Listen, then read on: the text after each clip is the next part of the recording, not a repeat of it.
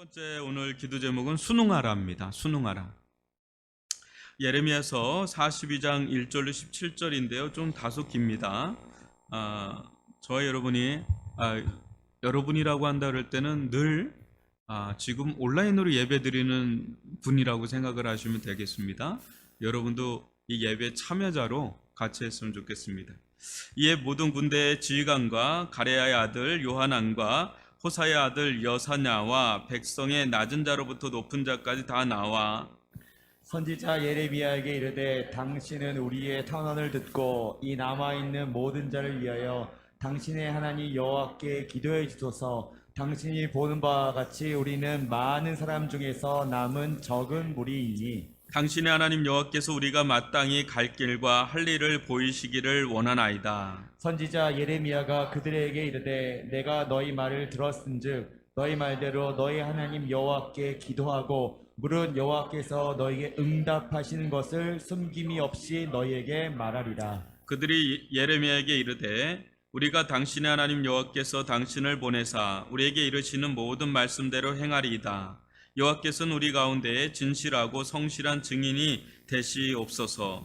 우리가 당신을 우리 하나님 여호와께 보냄은 그의 목소리가 우리에게 좋든지 좋지 않든지를 막론하고 순종하려 함이라. 우리가 우리 하나님 여호와의 목소리를 순종하면 우리에게 복이 있으리이다 하리라. 10일 후에 여호와의 말씀이 예레미야에게 임하니 그가 가레야의 아들 요나한과 그와 함께 있는 모든 군지휘관과 백성의 낮은 자로부터 높은 자까지 다 부르고 그들에게 이르되 너희가 나를 보내어 너희의 간구를 이스라엘의 하나님 여호와께 드리게 하지 아니하였느냐. 그가 이렇게 이르느니라.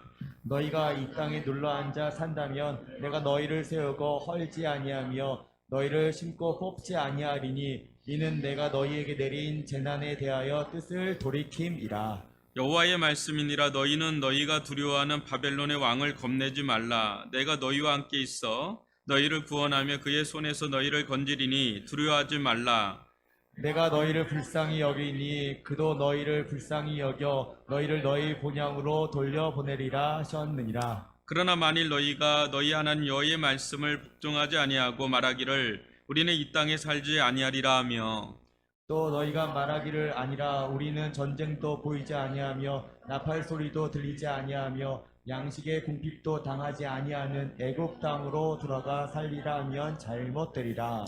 너희 유다의 남은 자여 이제 여호와의 말씀을 들으라. 만군의 여호와 이스라엘 하나님께서 이와 같이 말씀하시되 너희가 만일 애굽에 들어가서 거기에 살기로 고집하면 너희가 두려워하는 칼이 애굽 땅으로 따라가서 너희에게 미칠 것이요 너희가 두려워하는 기근이 애굽으로 급히 따라가서 너희에게 임하리니 너희가 거기서 죽을 것이라. 무릇 애굽으로 들어가서 거기에 머물러 살기를 고집하는 모든 사람은 이와 같이 되리니 곧 칼과 기근과 전염병에 죽을 것인즉 내가 그들에게 내리는 재난을 벗어나서 남을 자 없으리라. 아멘.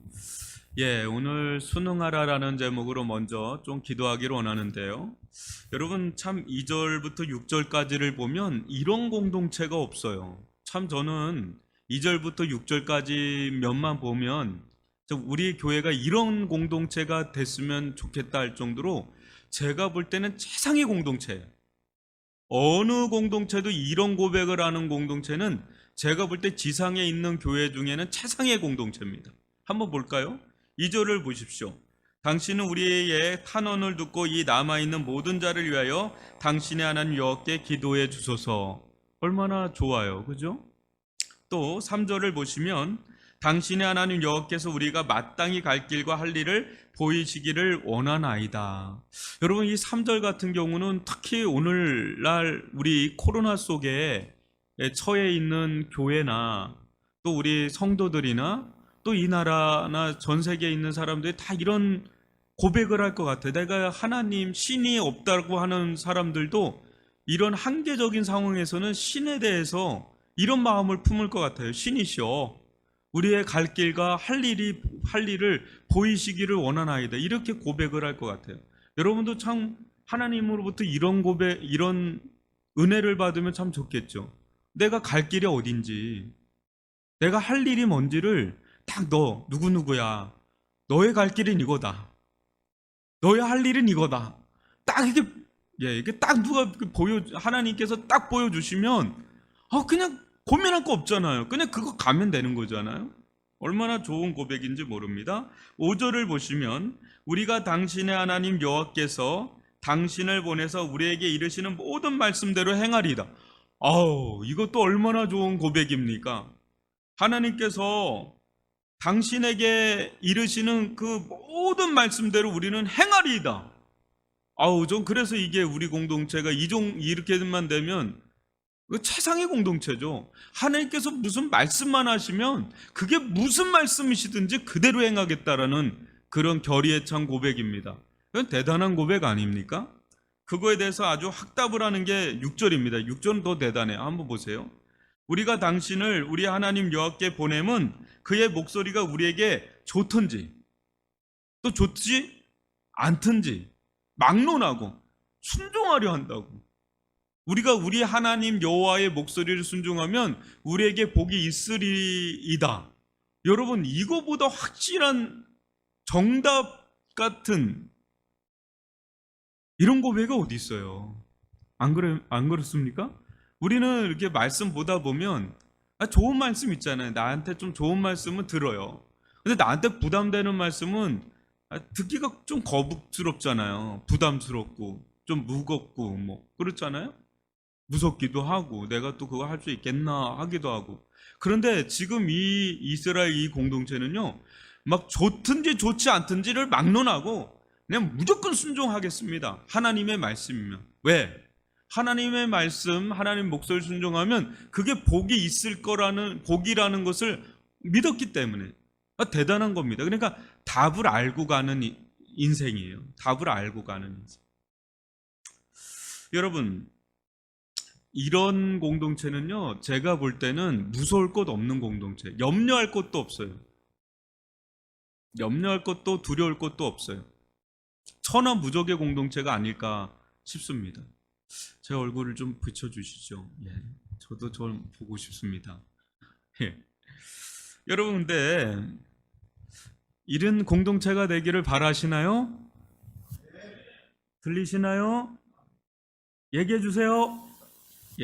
그렇게 아멘이라고 한 줄 믿습니다. 멀리서. 여러분, 이런 공동체가 되기를 좀 기도했으면 좋겠어요. 우리 미래중앙교회가 하나님의 말씀이 무슨 말씀이든지 그대로 순종하리이다. 마치 가나 혼인잔치에 나오는 그 예수님의 말씀에 순종하는 하인들처럼. 그러면 그게 우리에게 복이 될 줄 믿습니다. 그런데요, 이 정도 얘기하면 이제 하나님의 반응이 나와야 되는데 하나님의 반응이 나옵니다. 그러니까 답이 나옵니다. 답이 나오는데 문제가 뭐냐면 심상치가 않아요. 뭔가 심상치가 않습니다. 10절을 볼까요? 10절은 정답입니다. 이게 답이에요. 이제 하나님의 제시입니다. 10절 같이 읽어볼까요? 시작. 너희가 이 땅에 눌러 앉아 산다면 내가 너희를 세우고 헐지 아니하며 너희를 심고 뽑지 아니하리니 이는 내가 너희에게 내린 재난에 대하여 뜻을 돌이킴이라. 아멘. 여러분, 예레미야 1장 9절에 뭐가 나오죠? 내가 너로 말미암아서 헐고 무너뜨리고 다시금 심고 세우겠다, 이런 게 나오잖아요. 이게 어떻게 보면 예레미야의 주된 어떤 맥락입니다. 그런데 여기도 또 그 구절이 나오죠. 세우고 헐지 않고 심고 뽑지 않겠다, 이런 게 나오죠. 어떻게 하면? 이 땅에 눌러 앉으면. 그러면 내가 너희에게 내린 재난에 대해 뜻을 어떻게 한다고요? 돌이킨다는 거예요. 정답 나왔습니다. 이제 좋든지 좋지 않든지 막론하고 순종하리다. 그러니까 이제 이 말씀에 이제 순종하면 되는 거예요. 근데 하나님은 약간 미심쩍었는지 11, 12절에 보시면 거기에 대해서 부연 설명을 해서 더 이제 확답을 하는, 아주 그거에 대해서 아주 믿도록 하는 부연 설명까지 이제 하나님께서 해주세요. 그냥 이 말씀만 딱 해도 되는데 그게 좀 부족해 보였던지 부연 설명을 더 해서 11, 12절에는 그거에 대해서 아주 확신까지 하도록 아주 그냥 분명한 말씀을 주시는데, 우리 11, 12절도 한번 보겠습니다. 한번 같이 읽어볼까요? 시작. 여호와의 말씀이니라. 너희는 너희가 두려워하는 바벨론의 왕을 겁내지 말라. 내가 너희와 함께 있어 너희를 구원하며 그의 손에서 너희를 건지리니 두려워하지 말라. 내가 너희를 불쌍히 여기리니 그도 너희를 불쌍히 여겨 너희를 너희 본향으로 돌려보내리라 하셨느니라. 그러니까 이스라엘이 두려워하는 것은 하나님의 재난의 재앙의 증거는 이 바벨론이에요. 바벨론이 그때 당시는 거대 제국이기 때문에 그냥 물밀듯이 그냥 이스라엘을 그냥 함락시킬 수 있는, 그냥 물로 쓸어버릴 수 있는, 그냥 홍수가 그냥 집을 그냥 막 집채로 그냥 떠내보내려는 것처럼 그런 파죽지세로 지금 이스라엘을 무너뜨릴 수 있는 그런 상황이니까 얼마나 두려워요. 여러분 안 두렵겠어요? 이거 무슨 소리죠? 여러분 안 두렵겠습니까? 우리가 이게 그냥 성경의 이야기를 해서 남의 일이니까 그냥 그런가 보다 하지만, 그냥 쉽게 얘기하면 북한이 우리를 핵폭탄으로 쓸어버리겠다라고 진짜 막 카운트다운 들어갔다 그러면 우리 두렵지 않을 사람이 아무도 없어요. 그게 진짜 그런 거예요. 이런 데서는 진짜 믿음이 나오는 거예요. 진짜 믿음. 그냥 그런 일이 없을 때는 내가 믿음이 있는 것 같은데 진짜 위기 상황에선 믿음이 그냥 나와버리잖아요. 이제 그런 상황입니다. 그런데 하나님이 아까 뭐라 그랬죠? 너희가 이 땅에 눌러 앉아 있으면 내가 뜻을 돌이키리라. 그 뜻을 돌이킨다는 게 구체적으로 어떻게 나타난다는 거예요? 그 바벨론의 왕이 너희를 불쌍히 여겨서 돌아갈 거다라는 거예요. 너희를 그렇게 두렵게 만드는 그 바벨론 왕이 너희를 오히려 불쌍히 여겨서 돌아갈 거다. 거기 눌러 앉아 있으면. 이게 이제 하나님의 정답이에요. 근데 답은 떨어진 거예요. 예레미야를 통해서 하나님의 말씀은 떨어진 거예요. 이제 중요한 것은 누굽니까? 이스라엘의 반응이에요. 그 다음에. 근데 여기서도 하나님은 또 미심쩍었는지 이스라엘을 또 도와주는 얘기를 하는데 이제는 경고의 말씀이에요. 니네가 그렇게 안 할 경우는 이제 어떻게 될 거다라는 것까지도 이제 보여주는 거예요. 이제 다 보여주는 거예요. 숨기는 카드 없이 다 보여주는데, 여러분 13절로 14절, 17절을 쭉 한번 맥락을 한번 보시면 거기서 한번 14절을 한번 읽어볼까요? 14절이 매우 중요한데요. 시작. 또 너희가 말하기를 아니라 우리는 전쟁도 보이지 아니하며 나팔 소리도 들리지 아니하며 양식의 궁핍도 당하지 아니하는 애굽 땅으로 들어가 살리라 하면 어떻게 된다고요? 잘못되리. 어떻게 하면요? 애굽 땅으로 들어가 살리라 하면 어떻게 된다고요? 잘못되리라.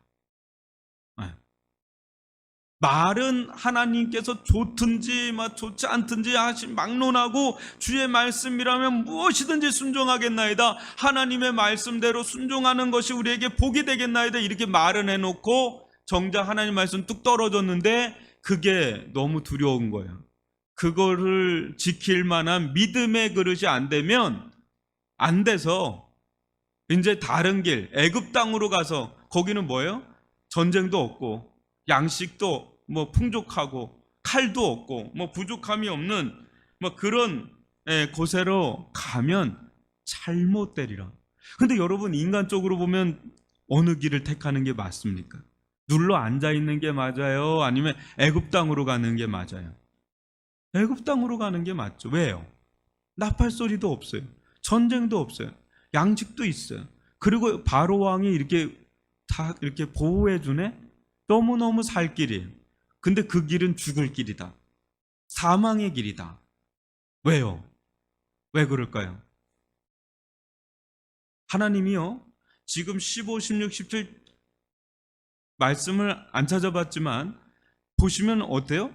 하나님의 칼날이 계속해서 추적하겠다는 거예요. 끝까지 도망간 놈들 끝까지 따라가가지고 다 진멸하겠다는 거. 이게 그러니까 이 문제는 무슨 문제예요? 이게 세상적인 문제가 아니라 하나님과의 관계 문제예요. 하나님과의 관계 문제는 세상적으로 풀면 더 꼬이고 더 꼬이고 더 꼬인다는 거예요. 하나님과의 문제는 하나님과 풀어야 되는 거예요. 그게 다른 방도로 풀면 그게 될 것 같은데 그게 죽을 길이라는 거예요. 하나님과의 지금 재난이잖아요. 하나님께로부터 온 재난이 이 바벨론 왕을 통해서 이렇게 나타난 겁니다. 그러니까 하나님과의 관계가 풀려야 이 바벨론의 왕가의 그 왕으로부터 나오는 재난도 풀릴 수가 있는 건데, 지금 그것을 자기들이 몰라서 물은 거거든요. 거기까진 좋은데 막상 하나님께서 이걸 다 펼쳐 보이니까 이게 뭐가 안 되는 거예요? 알아. 모르는 게 아니에요. 자기들이 어떻게 행하는지 다 알잖아요. 2절부터 6절 보면 다 아는 사람들이에요. 다 어떻게 처신해야 되는지 아는데 뭐가 지금 안 되는 사람이에요? 뭐가? 믿음이 안 되는 거예요. 믿음이. 이게 아는 건 아는데 믿음이 안 돼. 믿음이 못 따라가요. 아는 거를 못 따라가는 거예요. 그럴 만한 믿음의 그 수준이 안 되는 거예요. 여러분, 하나님께서 원하시는 거는 뭔지 아세요? 애굽 땅으로 간다는 건 뭡니까? 애굽 땅으로 간다는 건 뭐예요? 하나님을 의지하는 걸 내려놓고 뭘 의지하겠다는 거예요? 애굽을 의지하겠다는 거예요. 애굽의 왕을 의지하고, 애굽의 말을 의지하고, 애굽의 병사를 의지하고, 애굽의 군사력을 의지하겠다는 거예요. 근데 왜 이 재난이 왔는지 아세요? 우상 숭배예요.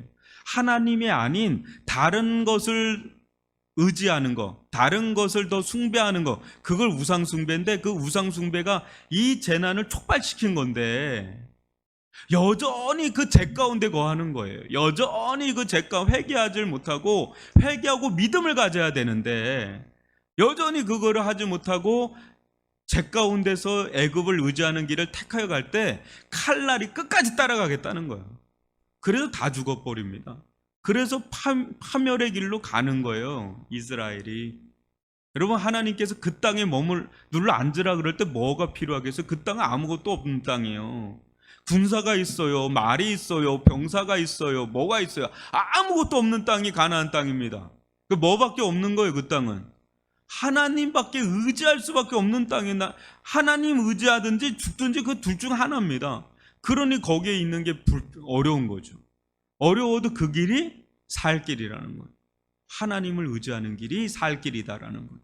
여러분, 지금의 어떤 우리의 상황을 한번 보면은 자꾸 우리가 어떤 하나님의 말씀이 이게 있어요. 하나님의 말씀이 있는데 그 말씀에 이게 순응을 해야 되는 훈련이 필요해요. 근데 우리는 자꾸 자기 계획이 있고요, 자기 뜻이 있고 자기 주장이 있어요. 그 말은 처음에는 이제 하나님 말씀대로 살겠다고 막 얘기를 하는데 막상 그 상황이 되면 여전히 자기 주장을 하고 자기 계획과 자기 뜻을 피력할 때가 많다라는 거예요.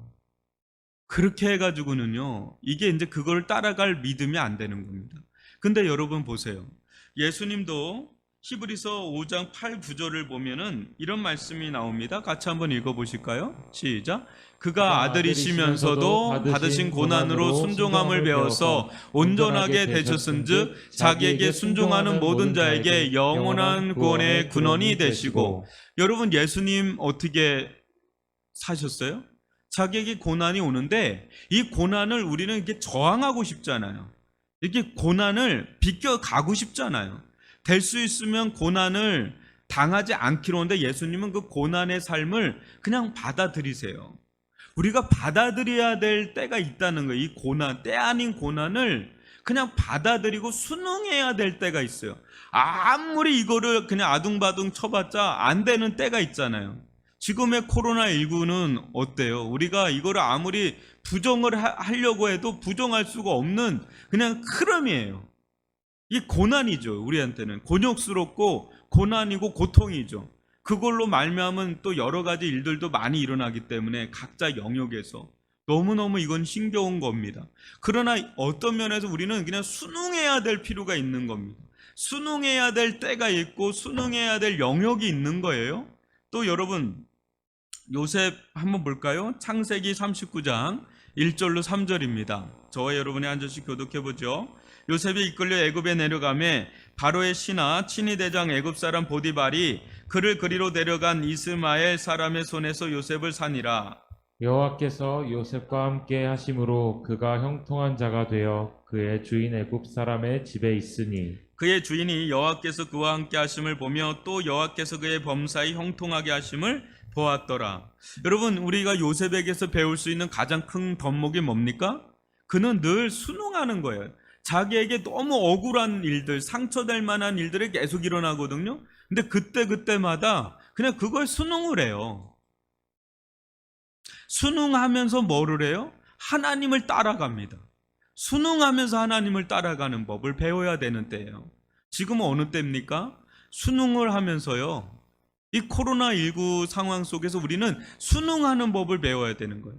자연재해도 오고 기후재난도 오고 여러 가지 재난이 오고 막 우리가 감당할 수 없는 일들이 막 흘러올 때 그 부분에 대해서 저항한다는 거는 마치 거세게 그냥 폭풍우가 치는데 갈 때는 그냥 그게 쓰러지잖아요. 그냥 그 바람결을 그냥 휘날려 가잖아요. 근데 그냥 거대한 나무도 그냥 뿌리채 뽑히잖아요. 그냥 어느 때는 그 흐름 속에 나를 그냥 타서 가야 되는 거죠. 순응의 영성이 여기서 이제 필요한 겁니다. 여러분, 이런 때 우리는 힘을 빼야 돼요. 내 힘을 막 주장해가지고 자꾸 부딪히는데 그쪽 힘이 더 강하거든요. 깨갱하고 깨지는 거예요. 그 힘을 이제 빼면, 여러분, 물속에서 힘 빼면 뜨잖아요. 그 가잖아요. 그런 원리예요. 그냥 힘을 빼고 순응하면서 가야 돼요. 하나님의 말씀이 지금 이스라엘 가나안 땅에 머물러라, 거기에 순응해야 되는데 이제 자기 주장이 나오는 거예요. 자기 생각이 나오고 자기 계획이 나오고 자기 뜻이 나오고, 그럴 때 그 길이 살 길이 아니다라는, 지금 순응해야 돼요. 막 거기에 뭐 항변해봤자 코로나 확진밖에 안 걸려요. 좀 그런 일들이 너무, 이게 기본적인 상식이 있어야 되는데 신앙이 있었어요. 그죠? 여러분, 우리는 어느 때는 저항해야 되는데 어느 때는 순응해야 되는 거예요. 순응해야 될 때와 순응해야 될 영역에 대한 분간, 이게 우리의 또 기도 제목입니다. 여러분, 지금 순응 속에 길이 나요. 지금 왜 코로나가 일어났는가? 우린 다 알지 못해요. 그러나 분명한 건 코로나는 대세예요. 지금 현재 세상의 대세예요. 그 속에 하나님의 뜻이 있어요. 통치력이 지금 행사되고 있단 말이에요. 코로나 속에. 그걸 저항하려고 뭐 발버둥 쳐봤자 소용없어요. 그 속에서 순응하는 법을 배우고 우리의 삶을 뒤돌아볼 필요만 있을 뿐입니다. 회개할 게 뭔가를 찾아보고요, 거기서 하나님만 의지하는 길, 하나님의 뜻을 따라가는 길에 우리가 순응하면서 나아가는 그 길이 살 길이다라는 것을 믿고, 우리 이 시간 순응의 영성을 달라고, 아버지 하나님, 우리 그거에 대해서 막 저항하고 그거에 대해서 자기 주장을 피력하고 그렇게 하지 아니하고, 하나님 어느 때 어느 영역에서는 지금은 순응해야 됩니다. 하나님, 우리의 고집을 꺾고 고집이에요. 고집, 완악한 고집이에요. 하나님, 우리의 고집을 꺾고 순응할 수 있는 순응의 영성을 허락하여 주옵소서. 우리 이 시간 주여 한번 부르면서 기도합시다. 주여, 아버지, 저희들 가운데 함께하여 주시옵기를 원합니다. 우리 애들의 삶을 주관하시고 인도하신 하나님 아버지, 그 아버지 하나님의 뜻과 인도하심에 순종하며 순응하며 나아갈 수 있도록 아버지 인도하여 주시옵기를 원합니다. 오 아버지 하나님, 오 아버지 하나님, 주여 긍휼히 여겨주시옵소서. 인도하여 주시옵기를 원합니다. 오 아버지 하나님, 순응하며 나아갈 수 있도록 아버지 인도하여 주시옵기를, 하나님만 의지하는 법을 아버지 하나님 배우게 하여 주시옵기를 하나님 때가 되면 세우시고 구원하시고 인도하여 주실 줄 믿습니다. 아버지 하나님의 길을 따라갈 때 하나님이 세우십니다. 하나님 얼굴 아니십니다. 하나님 세우시고 아버지 하나님 건강하게 하십니다. 오 주님, 저희들 가운데 아버지 인도하여 주시옵기를 원합니다. 하나님 아버지 긍휼히 여겨주시옵기를 원합니다. 인도하여 주시옵기를 원합니다. 주님,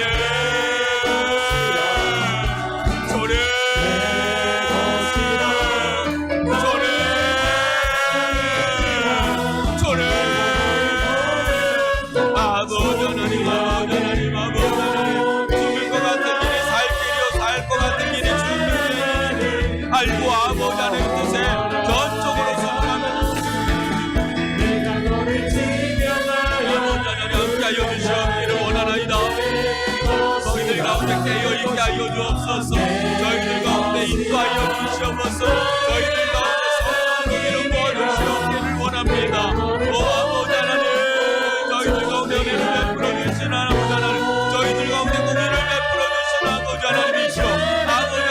세워주시고 저희들을 붙들어주시고 저희들을 지켜주시고 저희들을 인도하여 주시옵소서. 살 길로 아버지 하나님 살 길로 아버지 잘못되지 않는 길로 잘못되지 않는 길로 나아가게 하여 주옵소서. 살 길로 나아가게 하여 주옵소서. 살 길로 나아가게 하여 주옵소서. 살 길로 나아가게 하여 주옵소서. 잘못된 길로 나아가지 않게 하여 주옵소서.